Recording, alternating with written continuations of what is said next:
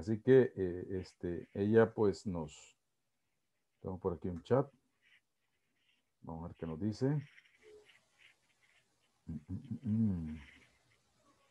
Nos está comentando.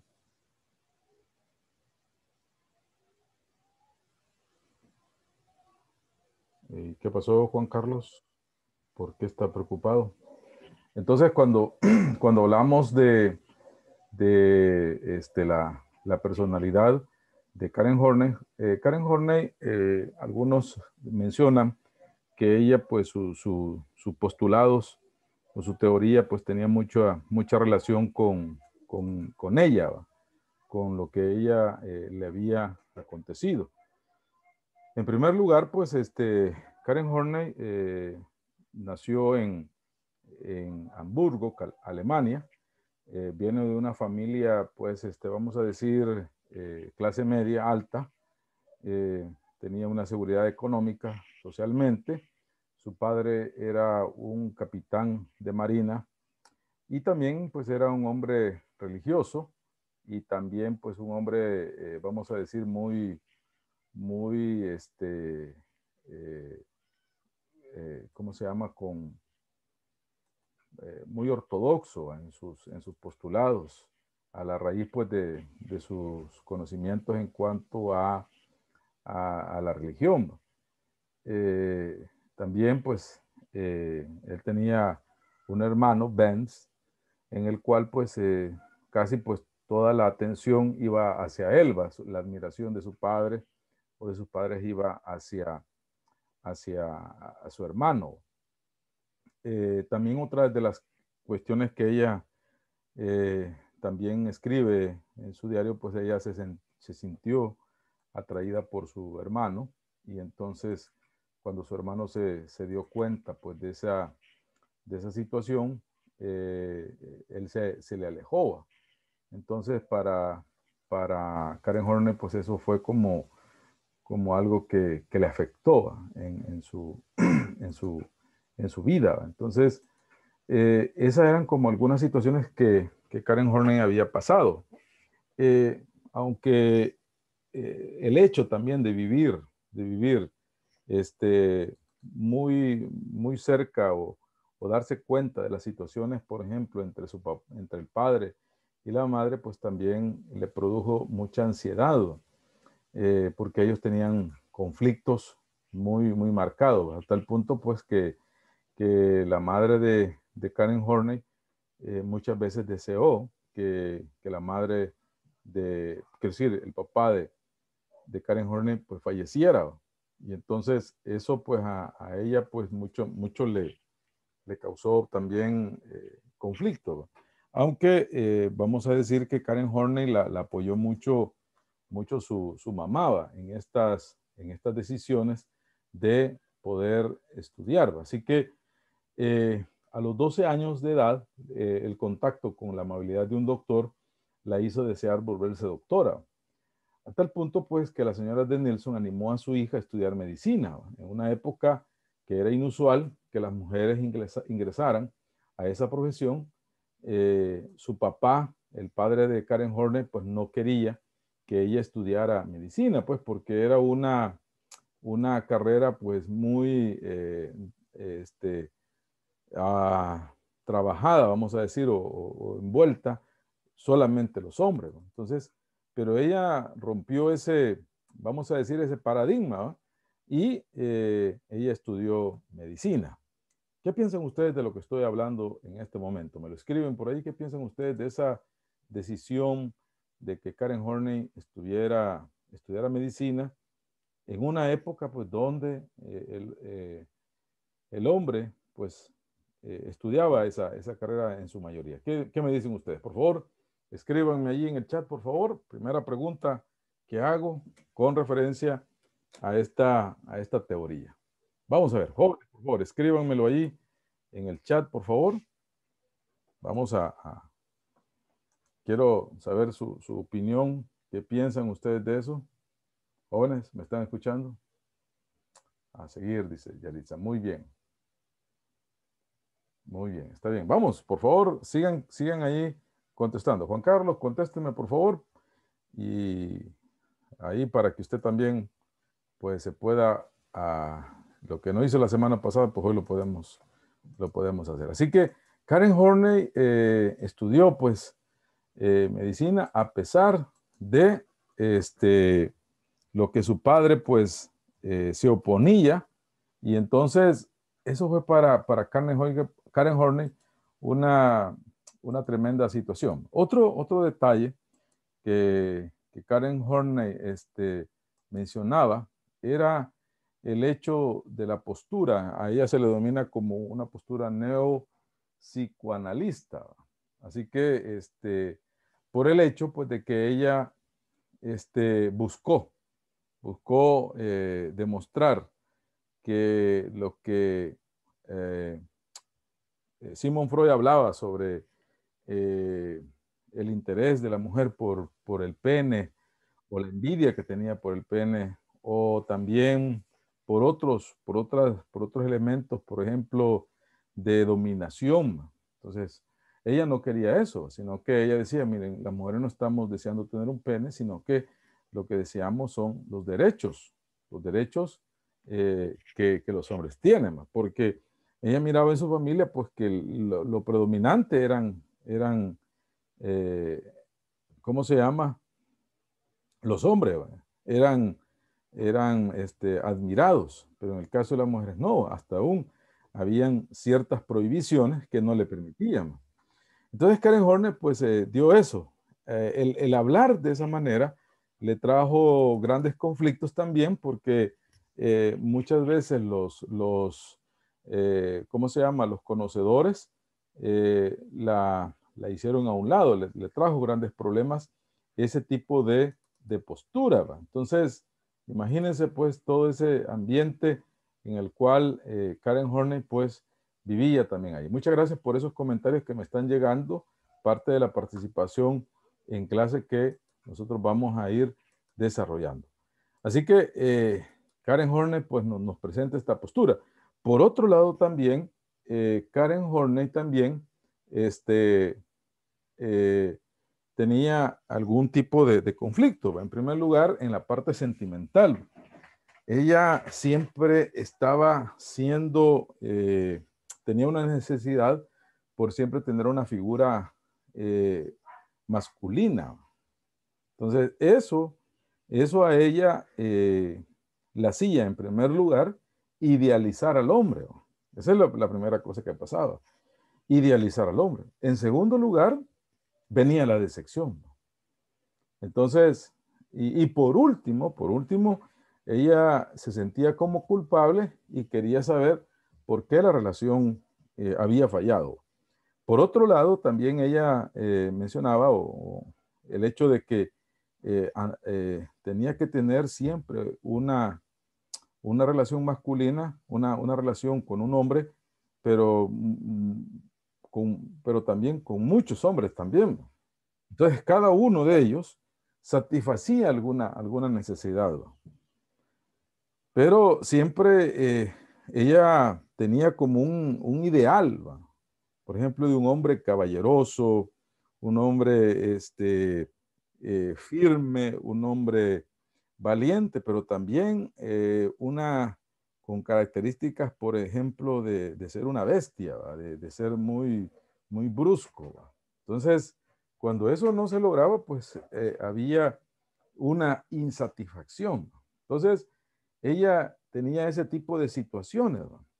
En 1909 se casó con Oscar Horney, un abogado, un abogado en el cual pues tuvieron 3 hijas, pero por situaciones pues que tenían que ver con su carrera, se divorciaron en 1937, pues aducen el hecho de que por la situación laboral de Karen Horney. Así que ella tenía este tipo de situaciones. Por eso ella mencionaba un concepto de la ansiedad, ¿va? Se define como un sentimiento insidioso, decía ella, un sentimiento insidioso, eh, una sensación de estar solo y desamparado en un mundo hostil, ¿va? a diferencia de Freud, Horney no consideró la ansiedad como una parte inevitable de la condición humana. Decía que las fuerzas sociales tales como la hiperconvectividad fomentaban la ansiedad y conducían a ese logro.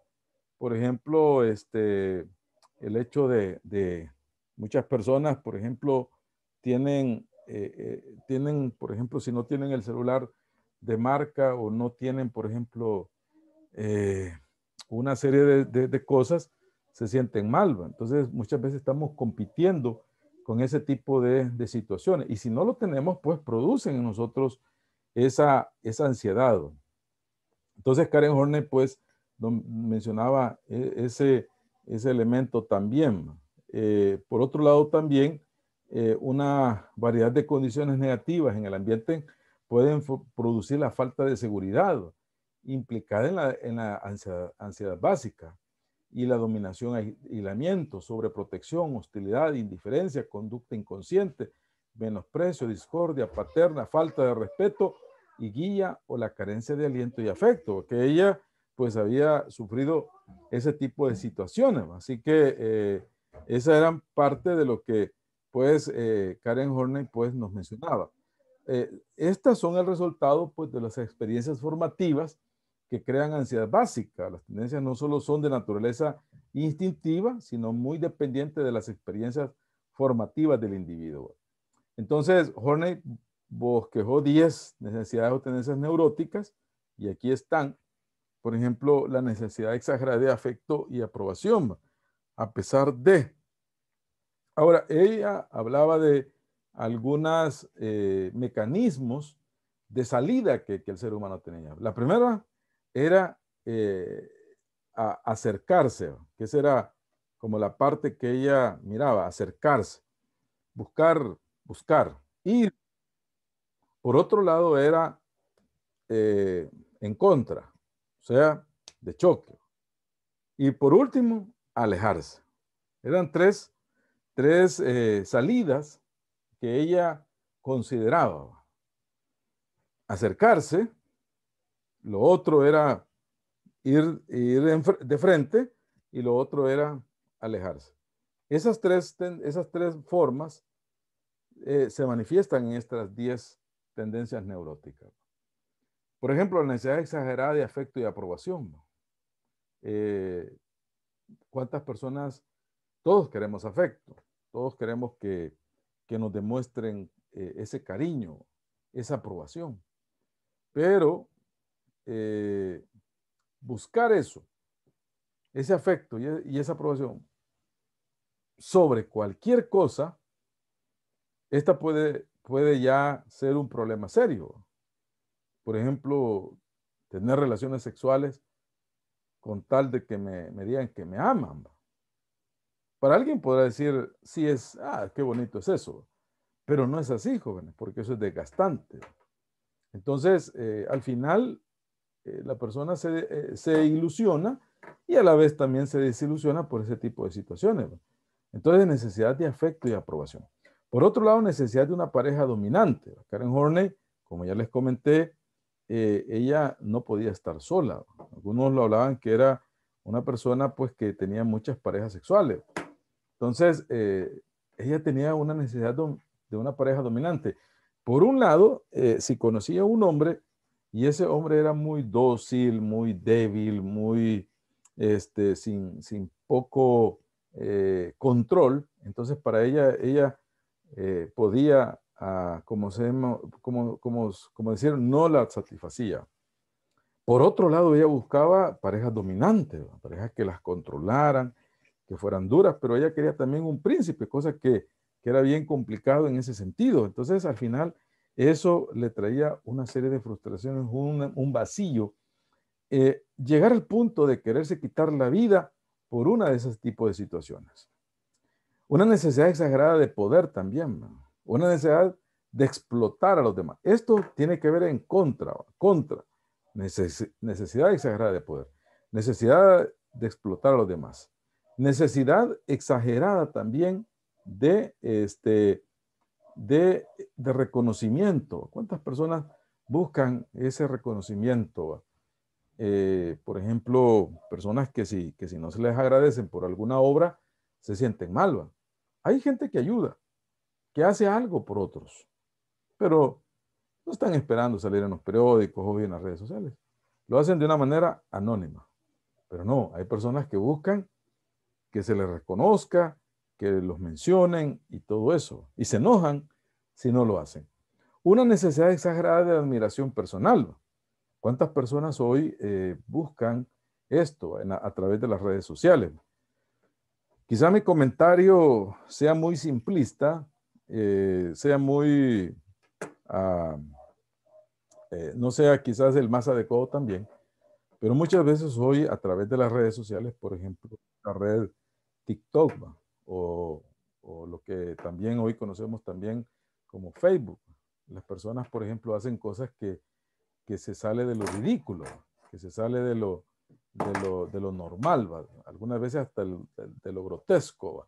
Por ejemplo, haciendo videos con un contenido muchas veces de burla. Por otro lado, hacer algún tipo de acciones que llamen la atención para lograr esa admiración. Yo no digo en el buen sentido, yo creo que estas redes pueden ser utilizadas así, pero no caer en ese tipo de situaciones. La gente que busca eh, que se le haga viral un video y al final no les importa si es atentando aún contra alguna parte de su cuerpo o hacia otros también. Una ambición exagerada de logro personal, ¿va? ¿Cuántas personas quieren logros personales? Pero en eso también han hecho trampa.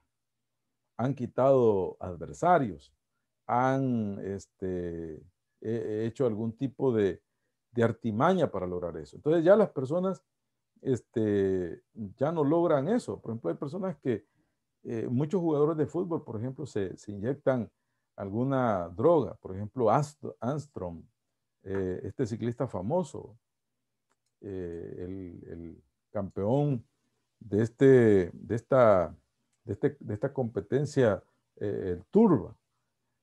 Pero al final, ¿qué sucedió? Lo descubrieron. Entonces, pero él posiblemente le gustaba ese logro, ser, ser admirado también. También necesidad de restringir la propia vida dentro de límites estrechos. ¿Va? ¿Cuántas personas hacen cualquier cosa de una manera tan extrema? Y no les importa si pueden sufrir algún tipo de situaciones. Por ejemplo, hay personas que se meten con gente que muchas veces les puede causar problemas, andan metidos en problemas, pero no nos importa, como que esa energía de verse involucrado en un peligro, lo hacen. ¿Cuántos jóvenes, conozco de jóvenes que tienen dinero, tienen sus padres, pues viven una vida cómoda y se van a meter a un centro comercial con tal de robarse una camisa que la pueden comprar en un buen almacén, una buena camisa, pero ellos con tal de sentir esa sensación de que los van que los van a encontrar con eso, lo hacen y no les importa y se ven involucrados en eso. La otra es la necesidad exagerada de autosuficiencia e independencia. O sea, mejor me alejo de estas personas, no los necesito. Entonces, y la necesidad de perfección también. Así que allí mencionamos estos elementos también de Karen Horney. Uno de los aspectos que se le mencionan a Karen Horney fue su interés o el interés de Karen Horney en la psicología femenina. Fue estimulado por el hecho de que ciertas observaciones clínicas parecen contradecir la teoría de Freud de la libido. Su concepto libidinoso, las actividades y actitudes sexuales parecen ser procesos instintivos inevitables, no afectados por la cultura o la sociedad. Freud habría sugerido que la envidia del pene era responsable en gran medida de el desarrollo de una mujer, que las mujeres se percibían en sí mismas como hombres castrados. Imagínense qué postura tenía Sigmund Freud. Pero Karen Horney pues no consideraba eso. Fíjense que también Karen Horney decía, bueno, yo no voy a ser bonita, pero sí voy a ser inteligente. Porque esa era quizás lo que en ese momento estaba ella viviendo en esa cultura. Y hoy, peor aún, hoy va. Hoy, por ejemplo, hay tallas que no todas pueden utilizar. Está el culto al cuerpo, la admiración. Y entonces ahí vienen los serios problemas de distorsión de la imagen, ¿verdad?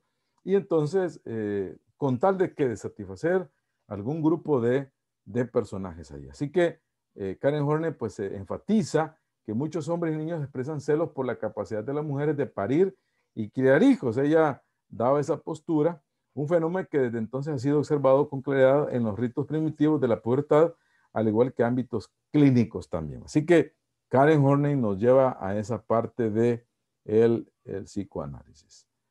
Voy ahora a compartir otra teoría, como es la de Jung, donde ahí pues vamos a conocer muchos aspectos también. Aquí está. Bueno, Jung, Alport y Fromm. En el caso de Jung, Jung fue también un teórico. Él hablaba de la psicología analítica y fíjense que la vida de Jung fue muy solitaria, ¿verdad? Su padre era un pastor y él se crió en un ambiente muy religioso también, ¿verdad? Con ciertas normas. Él consideraba, por ejemplo, que su madre también tenía algunos problemas de personalidad. Él mencionaba que habían como dos personas en la vida de su madre. Él también hablaba de su padre y lo consideraba débil y que le faltaba carácter. También algunas veces lo consideraba de esa manera porque él, por ejemplo, algunas veces creía que su papá no creía en lo que él predicaba, sino más bien lo hacía por miedo o por otro tipo de situaciones, ¿verdad? Cuando muchas veces él daba a entender otras cosas. Y aquí lo que le menciono, la madre de Jung era la fuerte del matrimonio, pero su inestabilidad emocional la llevaba a actuar de forma muy voluble y en segundo pasaba de estar contenta y feliz a murmurar incoherencias con la mirada perdida en el vacío. Así que Jung vivió en ese tipo de situaciones. También de su teoría, voy a irme rápidamente a su teoría. Él, por ejemplo, nos habla de la palabra psiqui, que son las actividades psicológicas como percibir, pensar, sentir y desempeñan una razón de la energía psíquica de los seres humanos. También él hablaba sobre la extroversión y la introversión. La primera pues tiene que ver con esa canalizar hacia afuera o hacia el mundo exterior o hacia adentro o hacia el mismo. Y los extrovertidos son abiertos, sociables, asertivos y en el aspecto social también. También él hablaba de algunos conceptos que nos presenta, por ejemplo, el inconsciente personal del sistema de Jung se parece al concepto freudiano del preconsciente y él trata un depósito de material que fue consciente pero que ha sido olvidado o reprimido porque era trivial o perturbador. Así que el inconsciente personal y el yo registran bastantes movimientos de ida y vuelta. Así que nuestra atención puede pasar sin dificultad de esta página impresa a un recuerdo de algo que hicimos ayer. Entonces, ese es nuestro inconsciente personal. Guarda toda la clase de experiencia. Cabe decir que es como llevar un archivero, ¿va? De todas las experiencias que personalmente hemos experimentado. Y también hablábamos de los complejos también, ¿va? Es el núcleo patrón de emociones, recuerdos o percepciones y deseos organizados en torno a un tema común también. Así que la persona quizás trate de volverse poderoso compitiendo por un puesto de elección o quizás se afilia o identifique el poder conduciendo una motocicleta o un veloz automóvil. Así que los complejos pueden ser conscientes, inconscientes. Lo que no son controlados por el consciente se entrometen e interfieren en la conciencia. También él hablaba de un consciente colectivo. A todos nosotros tenemos como esas experiencias que las compartimos con otro. Entonces, aquí vemos esa parte del inconsciente. Él pensaba que como acumulamos y guardamos todas nuestras experiencias en el inconsciente personal. El género humano como especie también almacena las experiencias humanas y prehumanas en el inconsciente colectivo. Hay cosas que, por ejemplo, el hacer fuego para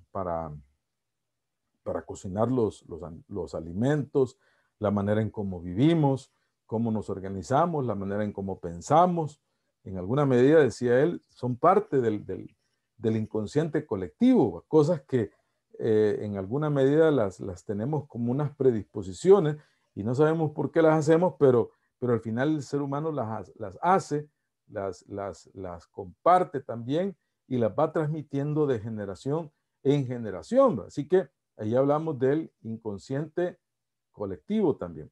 Y mencionamos también los arquetipos, que son como ideas, las experiencias añejas contenidas en el inconsciente colectivo en temas o patrones recurrentes que Jung llamó arquetipos, que también son expresiones, imágenes primordiales. Y esas experiencias universales están vasto como el número de experiencias comunes que nosotros los seres humanos tenemos. Así que los arquetipos, pues, son ese resultado también.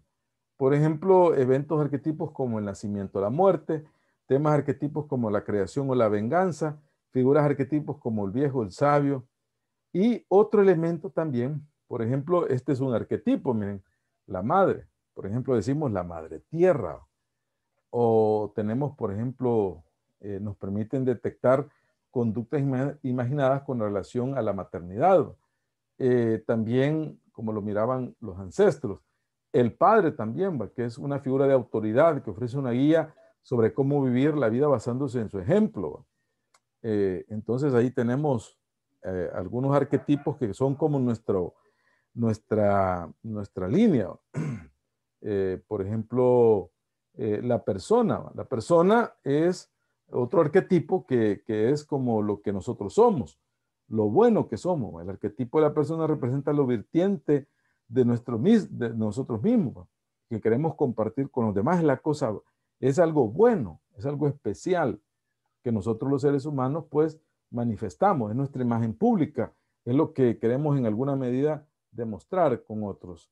La sombra es todo lo contrario, miren, la sombra es algo oculta, representa todo aquello que no queremos que permanezca en secreto, porque es moralmente representa pues algo malo.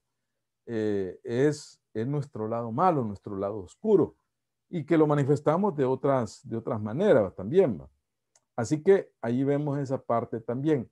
Y siempre tenemos la figura del héroe, una figura de poder que se caracteriza por luchar contra la sombra, es decir, que mantiene al rayo todo aquello que no debe invadir la esfera social para que el conjunto no se vea perjudicado. Esto me trae a la memoria el líder, el yo y el super yo.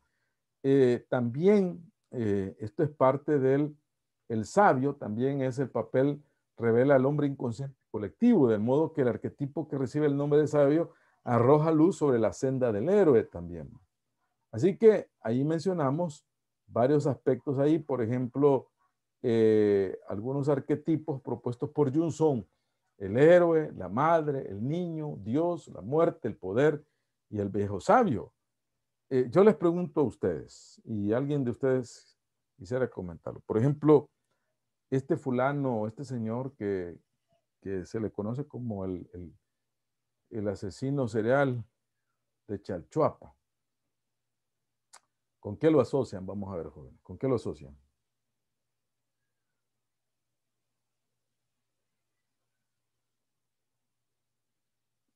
¿Con qué lo asocian? Jóvenes, ¿me escuchan? ¿Podría repetir su pregunta, licenciado? Por ejemplo, esta noticia de este señor asesino en Chachuapa, ¿con quién lo asocia? ¿Con quién lo asocian? ¿Con quién lo comparan? No humanamente, ¿con quién lo comparan?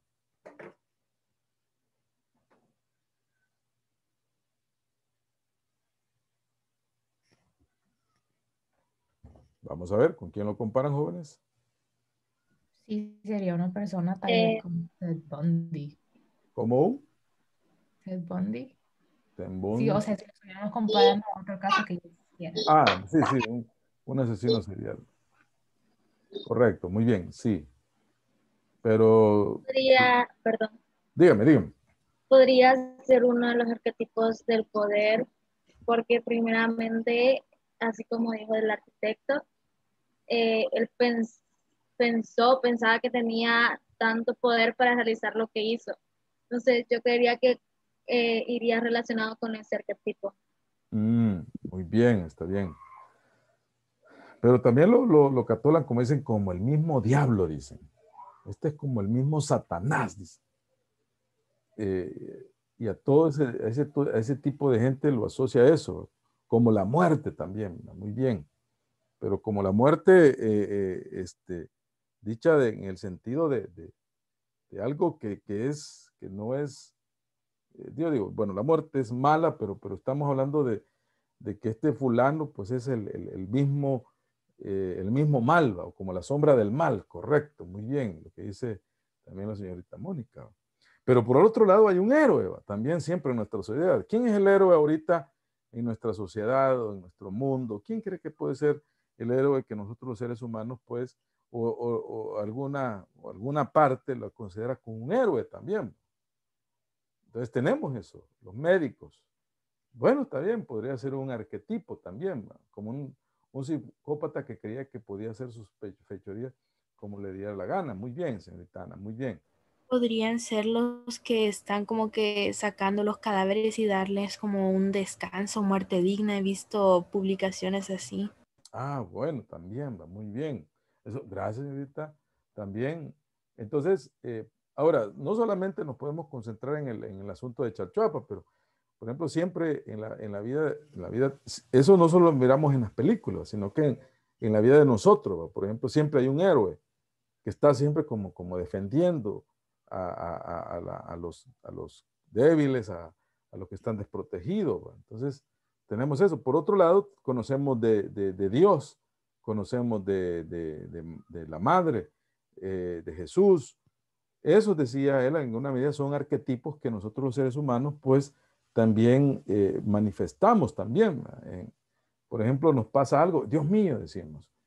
Si hay algo malo o hay una persona mala, como el caso que les he presentado, decimos, es que es puro demonio, ese es el diablo ahí, que está ahí, decimos. La gente lo dice. Entonces, son arquetipos que permite darle esa configuración al ser humano. Por eso Jung iba también enfocado en esa parte de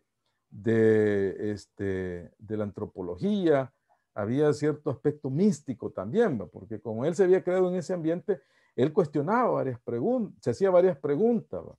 Con referencia a lo que podía solamente ser como una enseñanza, saber por qué, pues, por qué muchas veces dicen no, por qué muchas veces dicen sí, va, algunos aspectos. Entonces, ahí hablamos de esos arquetipos. Pero me faltó algo que quiero mencionárselos por aquí, que son el animus y el ánima, también, eh, que también lo mencionaba, uy, ¿por dónde está eso? Entonces, ese es otro aspecto también que nos lleva a mencionar, por aquí creo que lo tengo, aquí está, el ánimos, ¿no? Y el ánimos. Jung creía también que el ánimos es la vertiente masculina de la personalidad femenina, fíjense. Y el ánima es el arquetipo de lo femenino en la mente del hombre, ¿no? Entonces, y él lo mencionaba en el hecho de que, por ejemplo, hay cosas que los hombres tenemos, decía él, que tienen que ver con algo femenino. Y a eso le llamó el ánimos. El ánimos. Y el ánima es aspectos femeninos en, perdón, el animus es la vertiente masculina de la personalidad femenina, y el animus es aspectos femeninos en la mente del hombre. Por ejemplo, hay hombres que les gusta, por ejemplo, las flores. Son bien, vamos a ver, sensibles a las situaciones, son bien, ¿cómo se llama? Tienen esa parte que todos los hombres decía, Jung tenemos. Y eso